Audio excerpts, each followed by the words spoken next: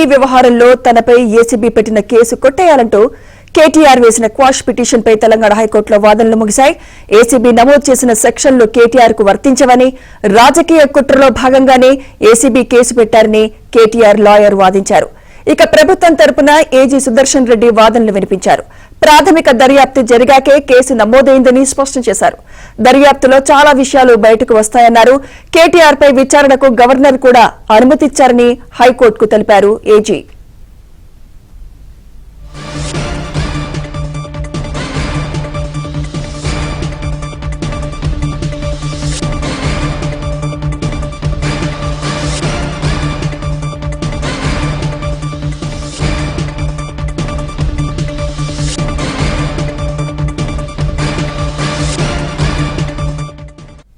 కేటీఆర్ వేసిన quash petition పై తెలంగాణ హైకోర్టులో వాదనలు ముగిశాయి. ఇదే అంశంపై మరింత సమాచారం మా క్రైమ్ కరెస్పాండెంట్ ప్రవీణ్ అందిస్తారు. ప్రవీణ్,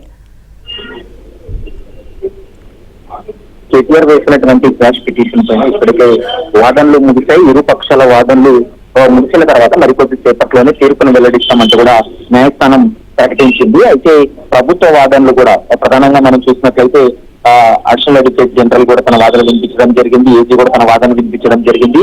ఇది అత్యవసరంగా విచారణ చేయాల్సినటువంటి పిటిషన్ కాదు అంటూ కూడా కేటీఆర్ క్వాష్ పిటిషన్ పైన వాళ్ళ అభ్యంతరం వ్యక్తం చేయడం జరిగింది. మరోవైపు ఎఫ్ఈఓ డబ్బులు చెల్లింపులపై అక్రమాలు జరిగాయనేటువంటి అంశాన్ని కూడా స్పష్టంగా చెప్పడం జరిగింది.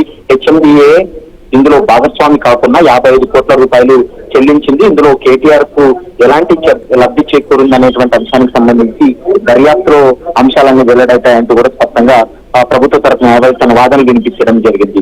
ఎవరెవరికి ఎలాంటి లబ్ధి చేకూరిందనేది దర్యాప్తు చేసిన తర్వాత అంశాలన్నీ వెలుగులోకి వస్తాయనేటువంటి అంశాన్ని చెప్పారు.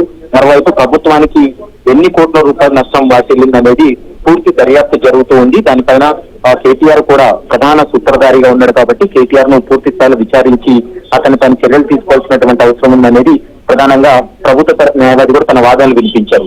మరోవైపు ఎన్నికల కోడ్ అమల్లో ఉన్న టైంలోనే అగ్రిమెంట్లు చేసుకున్నారు. ప్రాథమిక దర్యాప్తును గవర్నర్ దృష్టికి తీసుకెళ్లి అనుమతి ఇచ్చాకే ఎఫ్ఐఆర్ కూడా నమోదు చేశామనేటువంటి అంశాన్ని ప్రభుత్వ తరఫు న్యాయవాది తన వాదనలు వినిపించడం జరిగింది. పిటిషనర్ సమర్పించినటువంటి సుప్రీంకోర్టు తీర్పు కాపీలన్నీ కూడా ట్రయల్ ముగిసిన తర్వాతే ఈ తీర్పులు ఇచ్చాయి తప్ప ట్రయల్ దశలో ఉన్నటువంటి సమయంలో ఈ తీర్పులు రాలేదు. కాబట్టి ఇప్పుడు ఈ కేసులో పూర్తి స్థాయి విచారణ జరగాలి. ఎందుకంటే విదేశీ అకౌంట్లకు జమ అయినటువంటి అమౌంట్ ఎక్కడెక్కడికి వెళ్ళింది, దారి మళ్ళింది అనేటువంటి అంశానికి సంబంధించి ఇంకా క్లారిటీ రావాల్సినటువంటి అవసరం ఉందంటూ కూడా స్పష్టంగా ప్రభుత్వ తరఫు న్యాయవాది తన వాదనలు వినిపించడం జరిగింది. గత ప్రభుత్వంలో మున్సిపల్ శాఖకు కేటీఆర్ మంత్రిగా ఉన్నారు.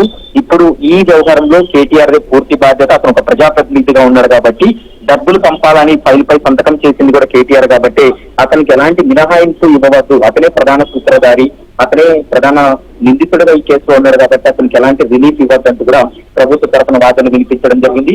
మరోవైపు పిటిషనర్ తరఫు న్యాయవాది కూడా తన వాదనలు వినిపించినటువంటి సమయంలో ఇది కక్షపూరితంగా పెట్టినటువంటి కేసులు, ఇందులో పీసీ యాక్ట్ కానీ 409 కానీ సెక్షన్స్ కానీ వర్తించవు కాబట్టి ఇందులో క్యాష్ చేయాలి. మరోవైపు ఏసీబీ చేస్తున్నటువంటి ఇన్వెస్టిగేషన్ పైన స్టే విధించాలంటూ కూడా పదే కేటీఆర్ తరఫు న్యాయవాది కూడా వాదన వినిపించడం జరిగింది.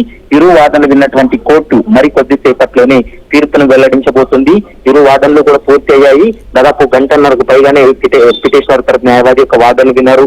దాదాపు 40 నిమిషాల పాటు ప్రభుత్వ తరఫు న్యాయవాది యొక్క వాదనలు విన్నారు. కాబట్టి ఇరు వాదనలు విన్న తర్వాత కోర్టు ఎలాంటి నిర్ణయం తీసుకోబోతుందనేది మాత్రం మరొక 5 నుంచి 10 నిమిషాల వ్యవధిలోనే న్యాయస్థానం తీర్పు వెల్లడించే అవకాశం అయితే స్పష్టంగా కనపడుతుంది. Right, thank you Praveen.